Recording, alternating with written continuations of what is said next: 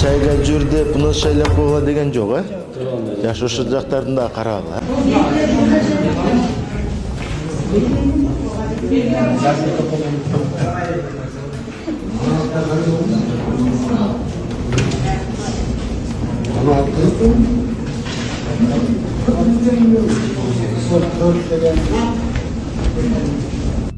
Бүгінгі ыплас өткен шайлоону мен Чыңгыз Капаров тааныбайм.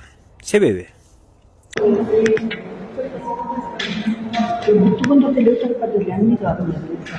Мына бұдай келген жоқ. Қачыңызсы же? Айтып берейин. Мени биринчиден үй камагынан чарган жок. Дебатка да жиберген жок. Экинчиден. Эртең менен түшкө чейин эле Нарын району, Атбаш району, Актал району, Нарын шаарында, Бишкекте турган адамдар эле учету Нарындагылар 1000ден ашык киши голос берген. Мага мессенджерге, WhatsAppка улуу кишилер балдарым менен үй бүлөм менен баратам деп салышты. Анан кээ бир айылдардан 30, 40, 20 голос үй бүлөм менен баратам деп аксакалдуу кишилер айтып аткан. Мынакей балам деп. Анан ошол айылдардан 3 голос кылып чектерин жазып коюштур. 4 голос, 6 голос кылып, 2 голос кылып. Бул ачык эле Сентизбирком жазады деп ойлойм. Анткени артта калышыптыр. Анткени алдыга чыкса, бул жигит ызылдайт деп. Урматтуу мекендештер, Кыргызстан боюнча азыр 4-5 эле тааныбайм деп айтпаса, айта алышпайт, коркот. Эгерде эл сатылса, анда өз шоро экен. Элдин баары дебейм.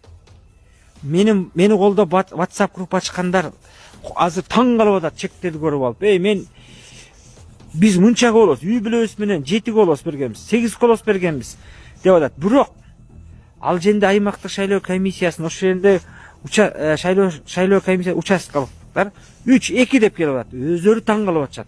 Урматтуу мекендештер, ооба ызаланып турам, капа болуп турам. Бирок мен сынбайм, чөкпөйм. Эгер мен сынсам, Кыргызстан боюнча жана ошол кичи мекеним Нарындагы мени колдогондор анда кимге ишенип атабыз дейт. Мен дайым адилеттүүлүктү, чындыкты жакшы көрөм, калыстыкты. Анан бул шайлоого катышкан өзү чоң эрдик. Бирок Кыргызстан боюнча 467 кандидат болсо, аны барыңыздар билесиздер. 466сын үгүт ишине жиберип, дебатка жиберип, мени гана жиберген жок. Бирок азыр мен өзүм да шок болуп отурам. Анткени жок дегенде бир 10-20 голос алган айылдарда өздөрү мына таң калып отурушат. 3-4 голос берип койгондо мен түшүндүм. Муну компьютер менен жасап коюшат. Ушунчалык пластик болбой эле койбойбу? Мен ойлогом бир 5000ден өйдө бир 10.000ге чейин голос ала албасам дагы 5000ден өйдө алам деген. Анткени мурун Нарындан катышканда бир мандаттан 1000ге чукул голос алгам. Анда эч ким тааный элек болчу. Анда деле акчасы жок чыккан. Бирок азыр анда агитаторум да жок болчу. Ыктыярдуу дагы. Азыр деле агитаторум жок, бирок ыктыярдуу менде 100ге чукул агитатор болгон. Өздөрү чуркап. Бая колдоочулар. Анан 401 голос берип койгону бул шылдың. Урматтуу мекендештер, туугандар. Не деймин, айтарга сөз таппай, нелик болуп, жиним келип, баягы бугумду жазайынчы, буулугуп басайынчы, бул бийликке жакпай кеттим. Буларга такыр батпай кеттим деп азаланып көчөдө басып жүрөм. Туура. Бул күндө өтөт. Эми мени булар камап салбаса болду. Бирок мен камагдай эч жаман сөз айткан жерим жок. Мен билем, алдыга 2-3 турсам, анда ызылдайт дешти. Бул күндө өтөт. Урматтуу мекендештер, урматтуу касиеттүү кыргыз элим, мен сынбайм, чөкпөйм. Жалгыз калсам дагы чындык адилеттүүлүк менен күрөшөм. Чыңгыз деген улуу аттан ата-энем раматтылык койсо, ошол атты булгабайм. Ооба, Facebook тармагында блогерлер, Чала Сабат, жана Ботекс дейсиңерби, көрүнгөн байларды колдоп жүрдү, көрүнгөн акчалууларды колдоп жүрдү. Бирок мен күрөө 300 000 сом төлөдүм. Ооба, жарымы элден чогулду, жарымын карыз калган. Андан сырткары 11,5 мың сом кеситке бердик, алдагы мамлекеттикине. Андан сырткары мен тыйын кетирген жерим жок. Кеп акчада эмес, кеп калыстыкта адилеттүүлүктө. Анан эң негизгиси Центр избирком компьютерден кадимкидей эле жасап койду окшойт. Анткени таң калып отурат элдер өздөрү чектер жиберип алып. Сонун жаңылык. Сиз билген жана иченген Умбем клиникасы эми сизге дагы да болсо жакыныраак болду. Анткени бизде жаңы филиал ачылды. Андыктан келип, өзүңүздүн жана жакындарыңыздын ден соолугуна кам көрүшүңүздү сунуштайбыз. Биздин жогорку даражадагы дарыгерлер төмөндөгү адистиктер боюнча кабыл алат. Стоматология, гинекология, терапия, лор, хирургия, педиатрия, урология, УЗИ жана башка адистиктер. Лабораториялык анализдин 5000ден ашуун түрү алынат. Жогорку даражадагы стерилизациялоо. Биздин дарек ВДНХ метросу, Кондратюка көчөсү 2. Телефон номерибиз 8925 103 22 55. Кабыл алууга алдын ала жазылып келүүңүздөрдү суранабыз. Умбем клиникасы. Сиздин ден соолугуңуз, биздин камкордук. Урматтуу мекендештер, мынчалык адилетсиздик болбойт да. Эленайын өткөрбөсө койсун, жок дегенде голосторду жебесин да. Мындай болбойт. Бул билбейм, эгерде чындап байларды акчага сатылып шайласаңар, анда шоруңар экен да, бара келди дейм да, эмне дейм мен башка. Мен сүйүнөм, мени колдогон Кыргызстандагы 7 областтагы адилеттүүлүк, чындыкты сүйгөн адамдар. Мен жалгыз эмес экен. Мына улуу аталары таптык, апалары таптык, жерлерден WhatsApp'тан, телефон менен чалып атышат. Ош, Жалал Абад, Баткен, Нарын, Көл, Талас бүт чалып атат. Мен ошондой аталарды, апаларды тапканыма сүйүнөм. Мен агаларды, эжелерди тапканыма сүйүнөм. Мен ини карындаштарды тапканыма сүйүнөм. Мен досторду, курдаштарды, тери теңдуштарды тапканыма сүйүнөм. Урматтуу мекендештер, бирок мынчалык болбойт да. Мен тааныр электе 1000 коло салгам. Тааныр электе. Азыр ушул социалдык тармакта мени жибербей койгон 50.000ден ашык киши көрүп отурган вокзалдагымды. Ошондо жерлерден ошол кичи мекеним болгон. Өздөрү ыктыярды добуш бергендер.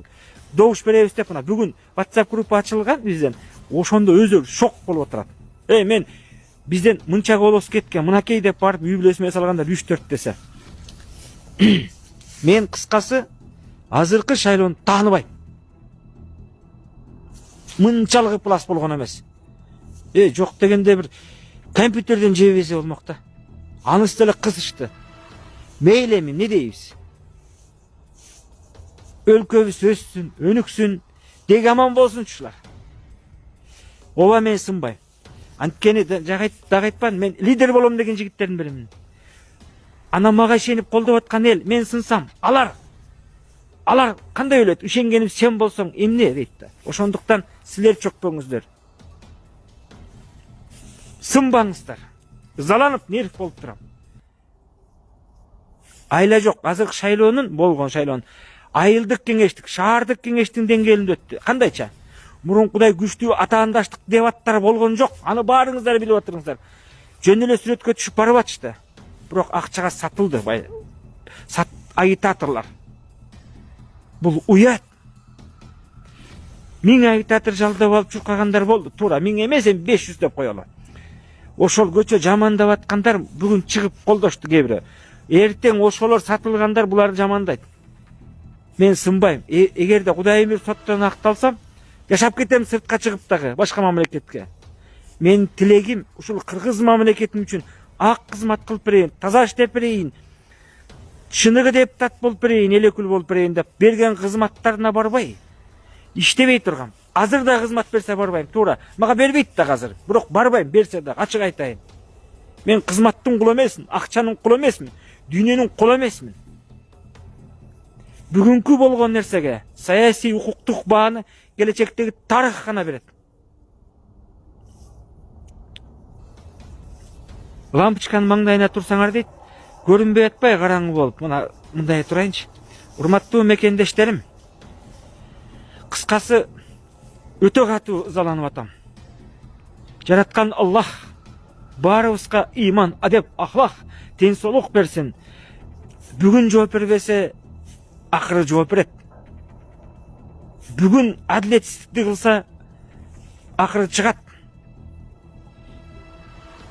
Сөз жок айтарга. Кыскасы шайлоо өттү. Ооба, мен митингге да чыкпайм, башкасын да кылбайм. Бирок мыйзамдуу күрөшүп, мыйзамдуу барайын дегем. Эгер чындап эл сатылса, анда сөз жок. Бирок компьютерден ушунча жебеш керек эле да, акыры. Рахмат мени колдогонуңдар үчүн. Мен чындыкта адилеттүүлүктү сүйгөн Кыргызстандагы элим. Мен жалгыз эмес экенмин. Чөкпөңүздөр, сынбаңыздар. Ооба нерв болуп, жиним келип, ары бери басып жүрөм, бирок жана айтпан, мен сынсам мага ишенген адамдар кайда барат? Ооба активисттер бар, чала активист, чала блогер, чала жана кыздар. Ошолор менен Кыргызстан тагдырын чечип байлар ошукка иштеп атты. Алардын баарын мен Грузиядан чыгаргам. Андай достукта мен кереги жок, муктаж да эмесмин деп. Алар өздөрү бара албайт. Азыр шылдыңдап кээ бирөөнү жазып атат. Алар барып турган маңкурттар ошолор. Ботексиңер жанагы байларды мактаган эркеги да жигити да таза маңкурттар ошолор. Ичи тар, көрө албас. Эчтеке өздөрү шайлоого бара албайт. Анын ичинде улуусу да бар, кичүүсү да бар, аялы да, эркеги да бар. Эгерде ушул шайлоодо чындап эл сатылса, анда бизге убал жок. Бирок мен компьютерден жасаганын билип турам. Мынчалык бастыкка артка чек койбойт эле да. Өтүп кеткендерге эми тазаларга ийгилик гана каалайм. Чындап эл үчүн, таза мамлекет үчүн иштеп бергиле. Жөн эле бизнесиңерди коргош үчүн барбагыла. Жогорку кеңештин аброюн көтөрүңүздөр. Себеби жогорку кеңеш бул президент шайлабайт силерди. Аткаруу бийлиги шайлабайт, эл мандат берет. Ал жерде мыйзам жазып жана сүйлөш керек. Тур, андан сырткары тең салмактуулукту, балансты кармаш керек. Бийликтин 3 бутагы болгон бирөөсү жогорку кеңеш, ошол жогорку кеңеш балансты кармай турат. Адамдардын укугун тебелетпегиле. Билбейм, эл өзү чечиш керек. Мен ыраазымын элиме, мени колдогон. Мен өкүнбөйм. Ушул шайлоого катышкан чоң эрдик экенин билем. Тем более мен үй камагында жатып, мени колдогон, социалдык сетте колдогон аталар, апалар, эжелер, агалар, инилер, карындаштар, мен менен тең туштар, баарыңарга ыраазымын. Кээде баягы жазган комментарияларыңызга, постторго ыраазычылык билдире албай алсам капа болбоңуздар. Көрүп билип отурдум. Бөлүшкөнгө да болбойт экен. Мен ыраазымын 1000 мерте. Митинг пикетке чыкпайм. Болгону нааразычылыгымды социалдык сет аркылуу айтып коеюн дедим. Бул компьютерден жасап коюшту. Эгерде мен 2-3 орун койгондо, анда мен ызылдап чыгат деп коркушту. Шылдыңдайыл деди. Артка коюп мени шылдың кылайын деди. Мен шылдың болбойм. Кудай карап турат барым. Ким шылдың болуп атканын. Рахмат, аман болуңуздар. Мамлекетибиз өнүгө өссүн. Карапайым элдин балдары бийликке келсин. Таза адамдар иштесин, коррупция болбосун, бандиттер болбосун. Мурун ушинтип айтып келаткам. Деле мамлекет үчүн иштесеңиздер, мынакей. Эми мен урматтуу мекендештер болуп берейин, иштейин дедим, Шайлоого өткөн жокмун. Сиздер сыяктуу жаранмын. Мурун деле, азыр деле. Ушул шайлаган депутаттарды акчага сатылдыңыздар билбейм. Ушулардан талап кыласыздар. Анан кээ бири айтат, эмне сүйлөбөй калдың деп. Анай мандат бергиле, барып сүйлөп мыйзам жазалы дедик. Бирок өткөн жокпуз да. Эми Кудайым буйруп соттон акталсам, деле ушул өлкөгө иштетпесе, иштебей эле койдум. Мен сүйөм Кыргызстанды. Актап берсеңер, шаардык сот, райондук соттон акталган, шаардык соттон эртерээк бүтүп акталсак, сыртка Европага чыгып деле окат кылайынчы деле. Тынч саясат силерге тийишпей эле. Качандыр бир элибиздин кандайдыр бир катмары мындай аң сезим өскөндө, азыр деле аң сезими күчтүү катмарлары бар, бирок кээ бир жана ботекске окшогондор. Келгенде гана биздин дагы келербиз. Менин максатымдай болчу. Жаш кезде курч болосуң. Жашың өткөн сайын курчтугуң кетет. Бул жан жаныбарлардын, адамдын дагы ушундай жаратылыш ушундай. Ошол курч кезде иштеп берейин элим үчүн. Таза эмгек кылып берейин дедим. А бала чакалуу неберели болгондон кийин курчтугуң кетет. Өзүң жаныңан коркпосоң дагы балдарың тагдырынан коркосуң. Бул жаратылыш ушундай. Ошол жаштыгымда, бир аз эл катары курчтугумда жогорку кеңешке барып элиме иштеп берейин дегем. Деликаш өткөн жерим жок. Мен элиме айтарым, эмки шайлоолордо жаштарды, бирок жаштарды десе жана эчиме бир бизнесмен эмес, акчага сатылган эмес, же көрүнгөн саясатчыны эчиген жаштарды эмес. Таза өз эмгеги менен чыккан жаштарды колдоңуздар. Курч жаштарды. Биз канча жашайбыз билбейбиз да. Анткени ошолор гана жогорку кеңеш келгенге татыктуу. Себеби жогорку кеңеште кнопка баса тургандар эмес, сүйлөй турган адамдар керек. Ал өзү сүйлөп органы. Ошондуктан туугандар, эмне айтарымды билбей калдым. Кыскасы, бар болуңуздар, аман болуңуздар.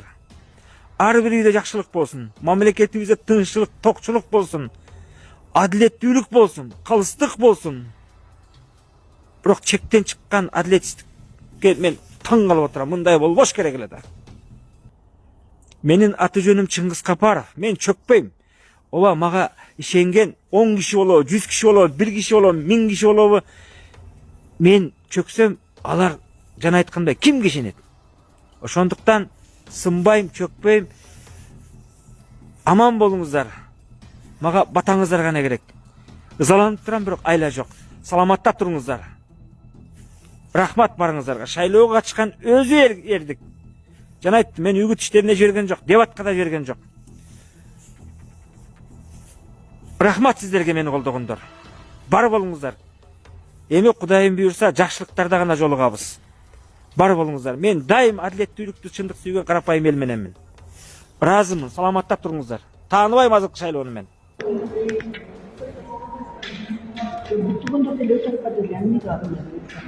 Mana bu da girgen жоқ. Kaçınız sizce?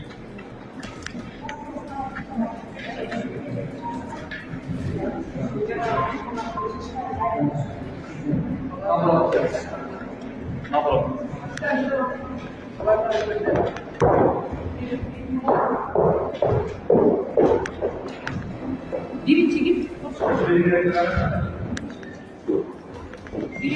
Dedi belki çok cinsten sal kursun.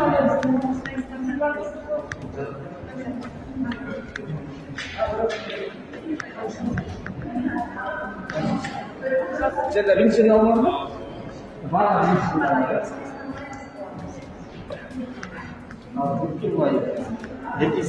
Бүткен чыгарып көрсөз. Бул кандидаттын биринчи менен серверден болгон үчүн биринчи компьютерда.